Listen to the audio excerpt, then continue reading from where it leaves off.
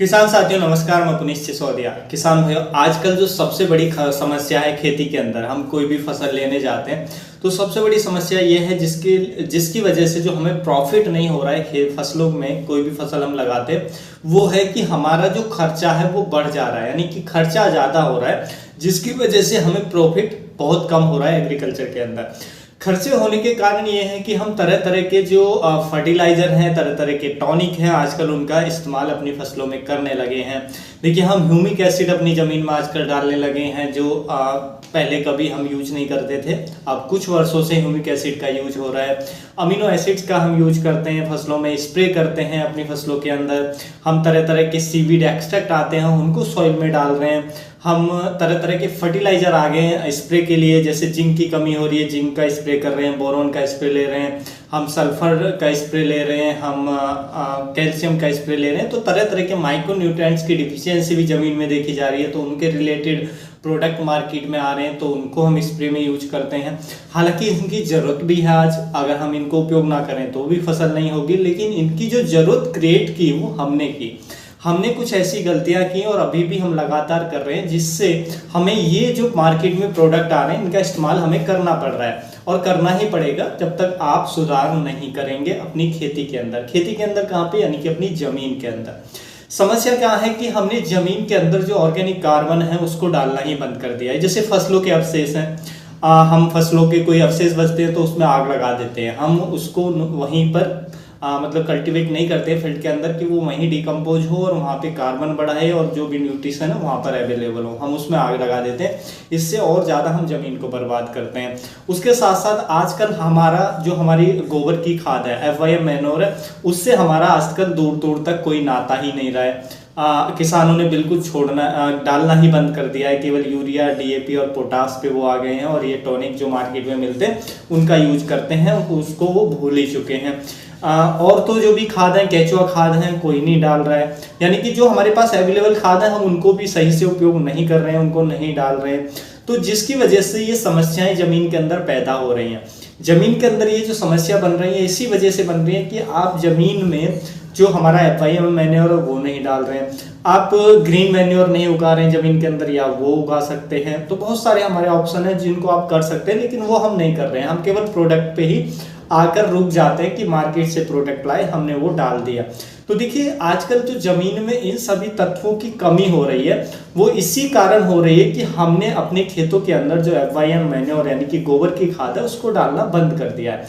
यदि आप पर्याप्त मात्रा में गोबर की खाद अपनी जमीन के अंदर डालते रहें तो ना तो आपको किसी ह्यूमिक एसिड की आवश्यकता पड़ेगी, क्योंकि वो अपने आप डिकम्पोज करके ह्यूमस पर्याप्त मात्रा में जमीन में बनेगा, कार्बन पर्याप्त मात्रा में जमीन में बनेगा, जमीन में माइक्रोबियल एक्टिविटी अपने आप अच्छी हो जाएगी। जमीन में जितनी भी पोषक तत्वों की कमी हो रही है, जैसे जिंक की कमी आज देख रहे हैं, बोरोन की कमी आप देख रहे हैं, ये जितने भी माइक्रो न्यूट्रिएंट्स है सभी की पूर्ति आपकी जमीन के अंदर हो जाएगी। किसी भी माइक्रो न्यूट्रिएंट्स के लिए आपको कोई भी टॉनिक मार्केट से लाना नहीं पड़ेगा। अभी देखिए, आप क्या करते हैं, फसलों पर ला करके बाहर से टॉनिक स्प्रे कर देते हैं। अब आपको ये भी नहीं पता होता है कि क्या उसकी हमारी फसल को जरूरत है या नहीं है, आप लाए और आपने स्प्रे कर दिया, ये सोचकर कि इससे बेनिफिट होगा। हो सकता है जो आप मार्केट से टॉनिक ला रहे हैं, जो उसमें के या कोई माइक्रो न्यूट्रिएंट्स ला रहे हैं, उसके अंदर जो पोषक तत्व है हो सकता है वो आपकी फसल के अंदर पहले से पर्याप्त मात्रा में हो और आपने और स्प्रे कर दिया, तो इससे क्या होगा, वो बढ़ जाएगा, यानी कि उस तत्व का लेवल बढ़ जाएगा। तत्व का लेवल बढ़ेगा तो प्लांट के अंदर, क्रॉप के अंदर टॉक्सिसिटी आएगी, जिससे आपकी फसल पे विपरीत प्रभाव पड़ेगा, यानी कि उसकी ग्रोथ नहीं आएगी, उसके पत्तियां बर्न हो जाएंगी, जिससे प्रोडक्शन में आपको लॉस देखने को मिलेगा।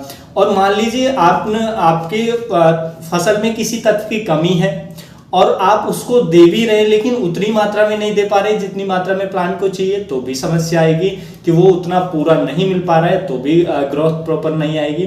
तो देखिए, मार्केट से जो आप टॉनिक लाते हैं वो उससे आप ये अंदाजा नहीं लगा पाते हैं कि कितना हमें देना है, कितना नहीं देना है, फसल को कितना चाहिए, क्या हमारी जमीन में पहले से अवेलेबल है, कि हमारा प्लांट उसको पर्याप्त मात्रा में पहले से ले पा रहा है, कि हमें इसकी जरूरत भी या नहीं भी है, लेकिन आप लाए और आपने यूज कर दिया।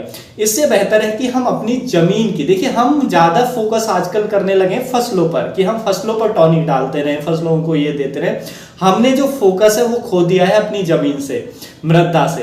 भूमि से फोकस खोने के कारण ही आपको ये सारी समस्याएं देखने को मिल रही हैं। यदि आप अपना फोकस वापस से अपनी जमीन पे लगा दें, मृदा पे लगा दें कि हमें अपनी जमीन को बेहतर करना है, बेहतर करने का एक सिंपल सा तरीका है कि जमीन में आप ज्यादा से ज्यादा जो भी हमारी गोबर की खाद वो डाल सकते हैं, आप हरी खाद उगा सकते हैं, साल में एक बार ढैंचा वगैरह जो भी उगा सकते हैं वो अपनी जमीन के अंदर उगाएं।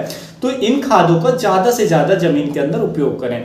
इससे क्या होगा, देखिए जब आप इनका उपयोग करेंगे तो ये क्या है, जब खाद पर्याप्त मात्रा में आप डालेंगे तो उससे क्या होगा कि आपकी जमीन में पर्याप्त कार्बन बनेगा, पर्याप्त ह्यूमस आपकी जमीन में बनेगा। जब वो डिकम्पोज होगा, बैक्टीरिया को भी जो भोजन है वो मिलेगा, यानी कि उनका भी मल्टीप्लिकेशन फास्ट हो जाएगा आपकी जमीन के अंदर। तो उनकी संख्या भी आज जो घट रही है वो आपकी धीरे धीरे जमीन के अंदर बढ़ेगी। जमीन जो हार्ड हो रही है वो फोकी होनी शुरू हो जाएगी, यानी कि वो भुरभुरी हो जाएगी। जमीन में ऑक्सीजन पर्याप्त मात्रा में जाएगा जब जमीन भुरभुरी हो जाएगी तो, और जमीन में सारे पोषक तत्वों की जो माइक्रोन्यूट्रिएंट्स हैं उनकी पूर्ति हो जाएगी, वो आपको बिल्कुल भी अलग से देने नहीं पड़ेंगे। जमीन के अंदर जो आप आजकल हमारी जो आप अलग से डाल रहे हैं जमीन के अंदर, जैसे ट्राइकोडर्मा फंगस है, स्यूडोमोनास आप अलग से डाल रहे हैं जमीन के अंदर, ये अपने आप बढ़ने लगेंगे जब आप गोबर की खाद या कार्बन अपनी जमीन में डालेंगे।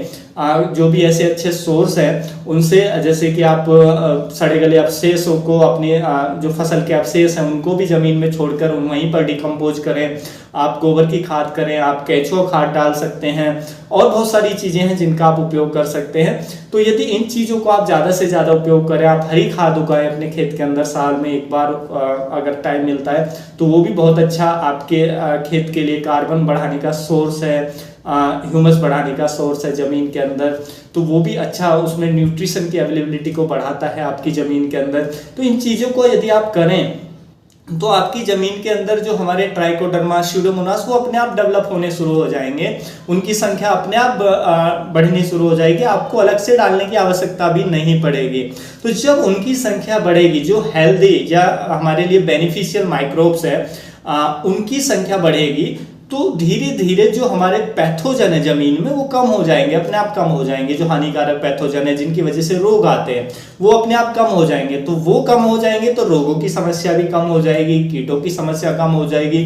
क्रॉप को जो चाहिए, देखिए आपको नहीं पता, आपके पास ना तो इतने इंस्ट्रूमेंट है, इतनी टेक्नोलॉजी अभी आपके पास नहीं है कि आप पता लगा पाए कि हमारे प्लांट को कितना कौन सा तत्व चाहिए और हम उतना ही दे पाए। लेकिन भगवान ने एक ऐसा सिस्टम प्लांट के अंदर खुद बनाया है कि आप केवल अपनी जमीन को हेल्दी रखें।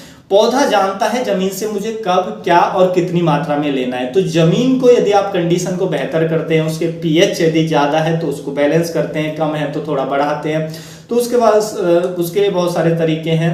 और ये जो हमारे ऑर्गेनिक जो मैंने खाद बताई, कार्बनिक खादें, आप इनका ज्यादा से ज्यादा उपयोग करते हैं तो जमीन आपकी बेहतर होगी। तो पौधा स्वयं उससे जो उसको चाहिएगा वो लेगा। पौधे को हर एक तत्व जब बैलेंस मात्रा में मिलेगा तो प्रोडक्शन आपका बेहतर हो जाएगा। पौधे पर जैसा मैंने बताया कीट व रोग भी कम आएंगे, पौधे एकदम हेल्दी आपको देखने को मिलेगा।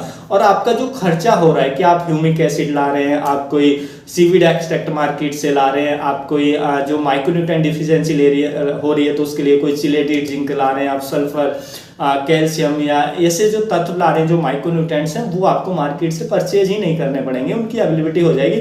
केवल आप जमीन में यूरिया वो डालिए क्योंकि उसकी सबसे ज्यादा मात्रा में जरूरत होती है, और पोटास की जरूरत है वो डालिए, और फास्फोरस की जरूरत है वो डालिए, वो भी बैलेंस मात्रा में डालिए। यूरिया भी ऐसा नहीं कि अंधाधुंध आप डाल रहे हैं।